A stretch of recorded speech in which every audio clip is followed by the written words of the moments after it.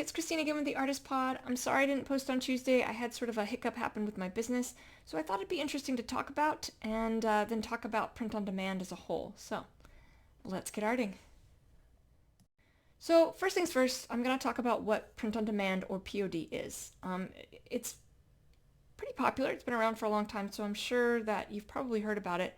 But in case you haven't, it's just it's businesses that print and ship items for you as a business owner, right? So, I don't have the printing equipment or the inventory on hand necessary to print my own products and send them to my customers.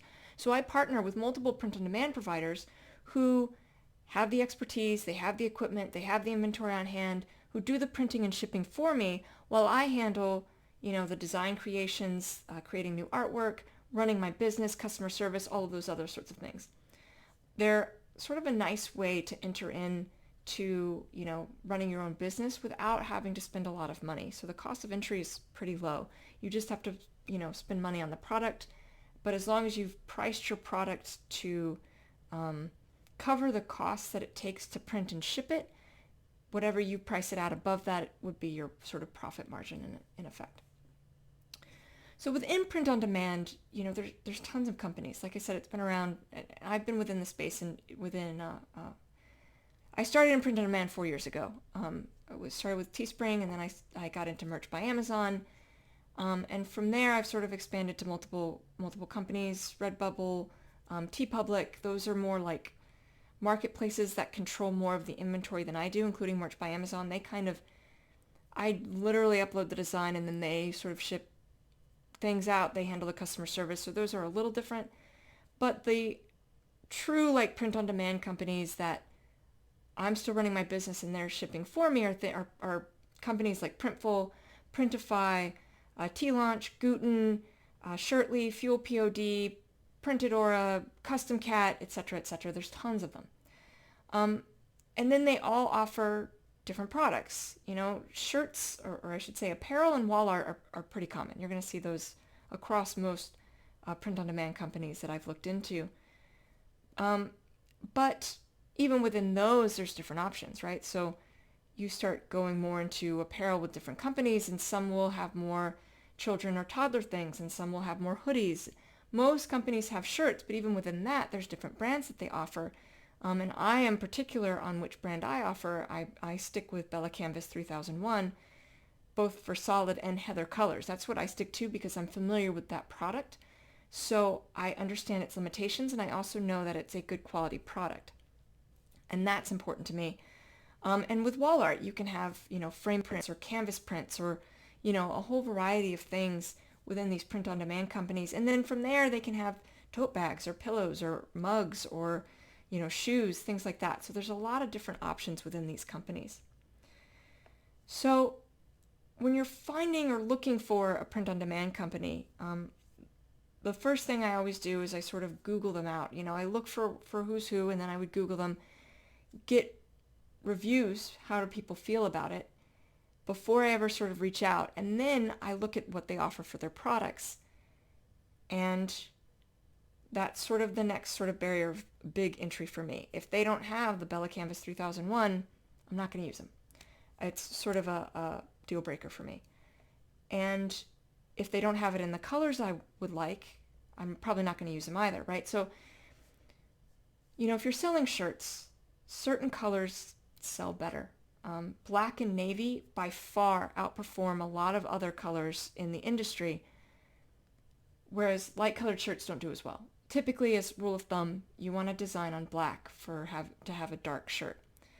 In my case, for my business, this color, this heather forest color, sells by far better than any of them.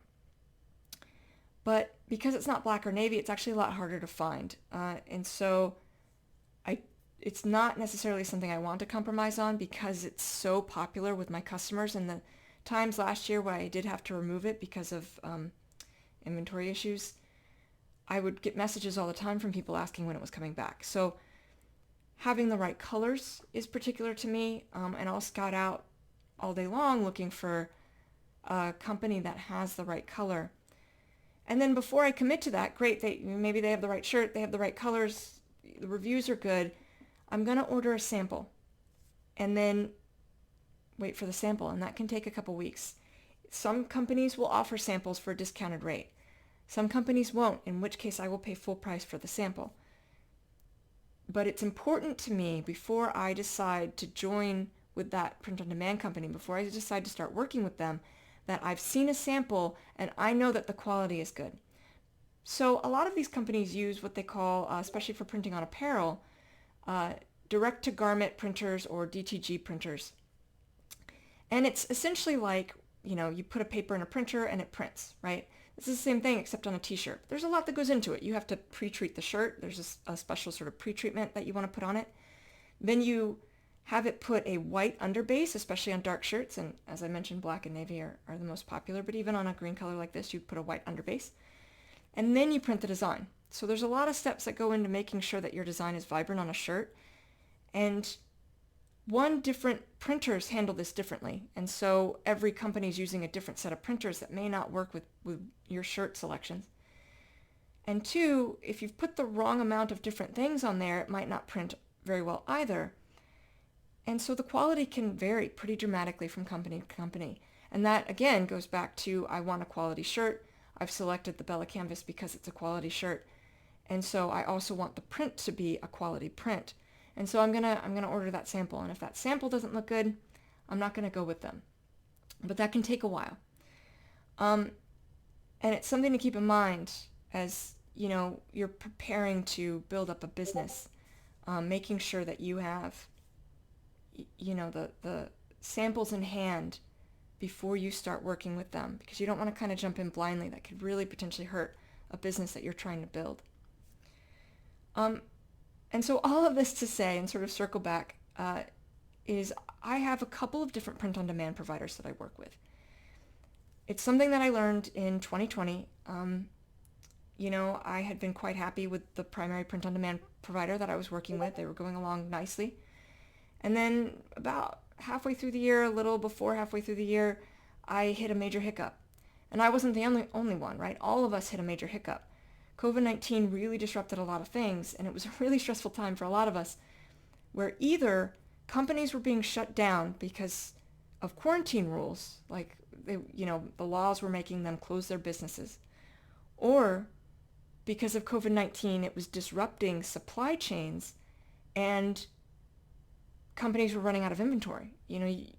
Bella Canvas in particular, I know had some problems, but I think every t-shirt company did, where they couldn't make shirts anymore because they were shut down. And so the companies that were selling the shirts, even if they were still in operation, were out of shirts to sell. And then you have sort of your playing catch up. In addition to a significantly more people were shopping online. So you had, a big bump, like Christmas numbers happening for these companies that were out of inventory. I mean, it was definitely a stressful time. And something I learned then that I now think is absolutely vital, and I'm so glad that I did it, is to always have a backup. Assume that everything will go wrong instead of trusting that everything will go right. And if you assume that everything will go wrong, then it'll be much easier for you to pivot when it does. And that's not to say being paranoid. I certainly trust the companies I work with, but there are times you have to pivot. And with every company I've worked with, inevitably there have been moments where there have been issues and that I've had to pivot away from working with them either permanently or temporarily. So what happened essentially is that my primary print-on-demand provider, their quality tanked. They upgraded to a new facility just a couple months ago, caused a lot of major delays, and then their quality of the prints have not been on par. I'm having a lot of bad prints coming out of there, and then, oftentimes when that happens, I'll send another print, send another shirt to the customer if they've received a bad print, and sometimes the reprint has been just as bad or worse, and I've lost customers because of it. Now, I've reached out to them and started conversations. What's nice about developing a rapport, especially with some of the print-on-demand companies, not all of them, but some of them you can, is I've talked to the owner of this company. I've talked to so many people within this company, And I really like them. Their customer service is on point. They're so good. And so I don't necessarily want to leave them. However, as I've told them, the reality is I'm losing customers. Their quality is now hurting my business. So for the moment, I'm shifting all of my orders to my backup printer while I search for a new primary print-on-demand provider, or let them fix whatever issue is happening so that I can stay. I think that communication is important. Something I've learned is to not just blindly walk away or just assume you know what's happening. I think it's very important to treat people with kindness and assume that, they are doing the best that they can. And maybe they don't know. And despite me reporting issues to the customer service team, if it's all these one-off issues, they might not realize there's a bigger issue happening where it's happening with a major chunk of my orders. I mean, over 10% of my orders going out right now are a bad print. And that's a significant number when usually it's down into the 1-2% range. So 10% is a major, major problem. And I spent all day on Tuesday looking up, going into depth on print-on-demand companies, some that I've worked with before but never with apparel, some that I had never heard of before, and I've ordered samples and looked at what they had to offer, and I'm planning a pivot I'm planning a pivot and planning a switch to a new company. This would be a lot harder if I didn't have a backup in place, because right now I can't trust the prints coming out of my primary print-on-demand provider, so I would be nervous about using them. But right now I don't have to because I do have a backup who is good quality. The only problem with the backup is they're a little bit more expensive than I can afford. They price me out just a bit. And in some cases, especially on international orders, I lose a little bit of money. What's nice about the backup, though, is they have fulfillment centers all over the world. And so my customers don't have to pay extra customs fees or whatever because it's originating potentially in those countries. But it's expensive, which is why I don't use them as a primary. I know that they're good, though. I know that they're always there. And I'm always sort of working with them. And I make sure that at least once a week I have orders in with them. Even if normally I would send them through my primary. I make sure that my backup is also running smoothly, that things are okay. It's my way of making sure that I have two companies going. The other thing I do with my print-on-demand providers is I make sure the products overlap. And that's also important, right? So if I'm offering Heather Forest and only one print-on-demand provider offers that, that's dicier. If something goes wrong, I don't want to have to be reaching out to customers and explaining I don't have the shirt anymore. Would they be happy with another color, especially because this one's so popular? And so I make sure that both of my companies offer the same colors of shirts, and if they don't, I change what I offer so that I can make sure that not only do I have a backup print-on-demand provider, but they can print the same style color that I currently offer in my store. But having that backup makes this a lot easier. It's still stressful. I mean, it's sort of a major hiccup because the quality is so important and losing customers is never fun. But it makes it easier knowing that I can just easily pivot all my orders over to this other one while I sort of wait and figure out what's happening. And even, especially when you consider that the samples I'm waiting for, I mean, it's going to be a couple weeks. So if I were still having to use my primary without being certain that this issue was fixed and having to wait a couple weeks, it would be a lot more stressful because I wouldn't know what to do. And I also don't want to just blindly jump in and start working with another print-on-demand provider without seeing that sample or quality because maybe they're worse. And I don't want to take that chance. I'm not going to join them until I've seen that sample, even though it's going to take 2 weeks, which is where having this backup really comes in handy because now I can just pivot over and I can sort of ride out the storm with them, figure out what's going on. Maybe I switch companies. Maybe my current one figures out what's going wrong and fixes it. Either way, I have a sort of a solution in place. So sort of navigating those storms that inevitably happen with a business, they creep up. And if you're prepared for them, it's a lot easier to sort of weather the storm. It was definitely a big lesson that I learned last year because I wasn't prepared to weather that kind of storm last year. And it was a major hiccup for a lot of people. So I know this one was a little short. It's also a little different. I thought it'd be interesting. When I first started this channel, I thought it would be a good idea to also show kind of some of the back end of running and managing a business and some of the issues or successes that, I've been able to work through. And so I thought this was just sort of an interesting talk to sort of show that, talk about it, explain what was going on, and yeah, so thank you so much.